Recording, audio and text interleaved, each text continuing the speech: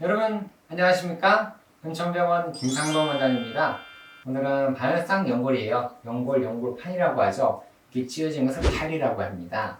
팔이 되면 끼매주면 좋은데 못 끼매는 경우가 많아요. 너무 헤어지고 팔이 양상이 안 좋으면 어쩔 수 없이 절제술을 하거든요. 절제술을 하고 나면 연골이 없어지잖아요. 그러면 안 되거든요. 그래서 이럴 때는 이식술을 하게 됩니다. 오늘은 동반술식에 대해서 알아볼 거예요. 동반 전방 십자인대를 재건술하면서 내측 연골 이식, 절골술을 하면서 내측 연골 이식, 그리고 연골 복원하면서 내측 연골 이식을 하는 경우를 알아봅니다. 이 숫자는 뭔가 암호를 적어놨죠? 조금 이따 설명해 드릴게요. 전방 십자인대를 재건술하고 내측 연골 이식술을 하는 경우인데요. 자, 경골 터널을 뚫는데요. 보통보다는 전방 십자인대 터널을 작게 뚫어요. 작게 형성해도 괜찮아요. 8mm까지 괜찮아요. 그래서 좀 작은 우리가 이식근을 준비해야 되겠죠. 본인 햄스트링 자가 슬개근이라는데 그걸 떼고 다른 사람 걸 타격근도 괜찮아요. 타격근 중에서 아킬레스건, 전경골근, 슬개근, 햄스트링 그런 걸 떼가지고 사용을 하면 됩니다. 너무 넓으면은 걸려요. 이 터널인데 점선으로 미리 그려놨죠. 넓게 되면 뭔가 걸려요. 안 좋아요. 그래서 좀 작게 뚫자. 그리고 또 터널을요 이렇게 직선으로 뚫으면 안 좋아요. 이렇게 경골 터널이 직선으로 들어가게 되면 연골 이식한 부위가 빠져나와야 되거든요. 근데 약간 비스듬하게 뚫어야 됩니다. 이렇게 뚫게 되면은 내측 연골이 A, B가 이 뒤쪽이 앞쪽이에요. 이렇게 들어가서 이렇게 돼요. A가 뒤쪽이에요. B가 앞쪽이거든요. 근데 여기 이렇게 돼서 A에 있는 끝이 들어가서 이쪽으로 C를 당겨주는 거예요. 무릎 앞쪽에 경골 쪽으로 C를 당겨서 이렇게 해서 딱 해서 고정을 해줘요. 그리고 B는 이렇게 들어가서 B 쪽으로 나오거든요. 그런데요, 이 터널이 완전 이쪽에 있어봐요. 그러면은 이 A, B랑 겹치는 거예요. 그러면 이게 아무것도 안 돼요. 수술이. 그래서 약간 비스듬하게 뚫는다는 그런 내용이 되겠죠. 그 다음에 터널을 뚫고 대퇴 터널도 뚫습니다. 뚫어놓고 그 다음에 이제 내측 연골 이식술을 할 터널을 A, B를 뚫습니다. 그래서 이거, 그 다음에 A, B 이렇게 뚫었죠. 고정은 어떻게 하느냐? 대퇴 고정을 먼저 합니다. 대퇴 고정을 먼저 하고 그 다음에 발라상 연골 고정을 먼저 해요. A 고정, B 고정. 연골도 들어가거든요. 연골 들어가게 되면 연골이 이렇게 들어가겠죠. 그러면 이 고정을 여기다 관절막이 있어요. 여기다가 탁탁탁 끼매줘요. 이렇게 끼매는 거예요. 자, 그 다음에 이제 고정해 주는 거예요. 여러분들 철심 박는다 그러죠. 피는 고정한다. 전방 십자인대를 여기다가 나사를 통해서 전방 십자인대 고정. 요거 대퇴, 그 다음에 경골 이식 고정, 그 다음에 경골 터널 고정. 이렇게 해주게 됩니다. 자, 이제 그 다음에 이제 5등 절골술과 내측 경골 이식. 뭘 먼저 해야 될까요? 여러분들 한번 곰곰이 생각해 보십시오. 절골술은 오다리 교정 수술이에요. 근위 경골 절골술 하거든요. 연골 이식과 관련된 모든 술식을 끝내야 돼요. 절골술과 내측 연골 이식할 때는. 왜냐하면 연골 이식을 위치시키기 위해서는 내반이 외반, 무릎을 약간 이렇게 틀어야 돼요. 이렇게.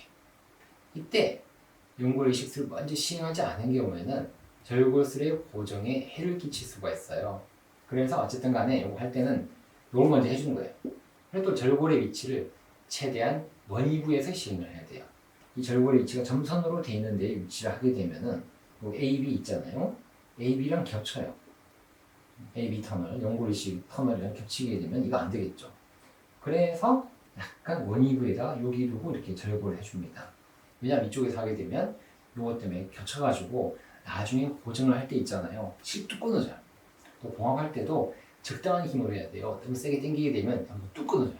자, 그 다음에 연골 복원과 내측 이식이에요. 그래서 연골 복원은요, 연골을 이렇게 새로 만들어주는 작업인데 요거예요. 관절 연골이라 그래요. 뼈에 있는 연골이에요. 이 반응성 연골 아니에요. 이 연골과 이 연골판 다른 거예요. 이 연골은 뼈에 붙어있는 관절 연골을 이야기합니다. 관절 연골. 헷갈리지 마세요. 이 파란색이에요. 근데 이게 이제 구멍이 나는 것을 우리가 연골 손상 또는 퇴행성 관절염이라고 하는데 그 부위를 복원을 해줍니다. 그래서 큰 구멍을 뚫어서 뽕뽕뽕 뚫어서 약을 넣어주는 거, 이 줄기세포, 카티스템 그럽니다. 두 번째가 자가연골 이식. 본인이 요걸 떼요. 여기 있는 걸 뽕뽕뽕 떼서 여기 넣어주거든요. 자가연골 이식. 세 번째는 또 여기를 조그맣게 구멍 뚫은 미세청 공술을 하죠. 미세청 공술 조그맣게 구멍 뚫고 그 다음에 뭔가 덮어주는 수식. 그런 방법까지 세 가지를 좀 생각해 볼 수가 있어요.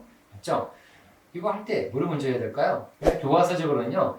용골 이식을 먼저 하라 그래요. 이식술의 모든 단계를 먼저 시행하는 것이 나중에 더 쉽고 안전하다라고 이야기합니다. 자, 근데 잘 생각을 해봐야 돼요. 용골 이렇게 하고 난 다음에 용골 보온하려면 또 째야 돼요. 째야 되는데 잘못 째다가 보면은 관절을 절개하면서 반환성 용골 앞쪽 있죠. 앞쪽을 잘못하면 찢어먹어요. 아휴, 이건 큰일 납니다. 그래서 앞쪽 견갑부 손상을 주의해야 됩니다. 이게 교과서적으로 그렇게 이야기하는데요. 저는 개인적으로 1, 2, 3, 4의 순으로 하게 됩니다. 저는 카티스템 할 때 연골 보관할 때 구멍을 먼저 내요. 여기 구멍을 뽕뽕뽕뽕 구멍을 먼저 내고 그 다음에 연골 이식한 뒤에 연골을 넣습니다. 대신 봉합은 안 해요. 봉합은 안 하고 이거 넣고 세 번째 다시 또 이쪽으로 넘어와서 세 번째는 카티스템 구멍에 약을 넣어요. 약을 넣고 네 번째 봉합을 하는 거죠. 이렇게 1, 2, 3, 4로 합니다. 이게 1, 2, 3, 4의 비밀이 이거였어요. 왜 그러냐 그러면요. 요걸 먼저를 이식하고 난 다음에 이걸 하려고 하면은 많이 구부려야 되는 수가 생겨요. 봉합 다 했거든요. 봉합 다 한 다음에 많이 구부리게 되면은 장텀 뒤쪽에 있는 이 A가 떠요. 그러니까 뜨고 여기가 찌어진 경우가 있어요. 뒤쪽이. 이 끊어지면요. 이거 다 끊어야 돼요. 사실. 새로 다 빼가지고 새로 둬야 되거든요. 그러면 이게 큰일 나죠. 그래서 저는 구멍 뚫고요. 요거 넣고 약 넣고 그 다음에 무릎을 쭉 펴가지고 요거를 다 깨매주는 거예요. 이렇게 하는구나, 흘러가는구나 라는 것만 이해하시면 여러분들 오늘 정말 성공한 거예요. 그렇죠? 케이스 준비했습니다. 케이스 보고 오시겠습니다. 케이스를 보시면 쉽게 이해가 되실 거예요. 42세 여자 환자분이고요. 배드민턴 치다가 뚝 소리가 났습니다. 정형외과 여러 곳을 다녔거든요. 물리치료 받고 약도 먹고 연골 주사까지 맞았는데도 별로 고전이 없습니다. 그래서 모 대학병원을 방문했는데요. 대학병원에서 교수님은 그 사이가 좁아졌고 약 먹고 1년 뒤에 봅시다 라고 이야기한 거예요. 자, 선천병원 오셨거든요. MRI를 보니까 외측 관할성 연골의 파열입니다. 그런데요, 남은 게 없어요. 남은 게 한 개도 없어요. 이게 좀 안 좋은 거예요.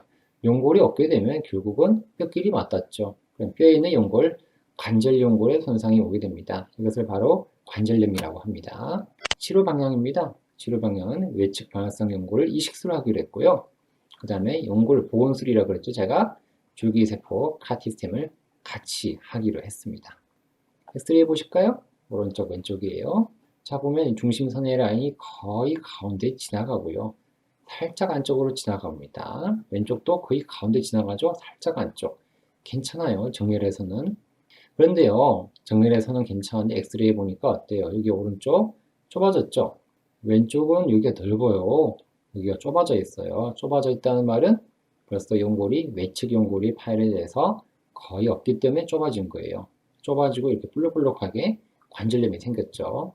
자, MRI 볼까요? 보니까 MRI, 이거 연골이에요. 반활성 연골이 한쪽은 이렇게 보이죠? 삼각형으로. 근데 바깥쪽은 보이지가 않아요. 그러면서 여기는 이렇게 관절염이 생겼어요.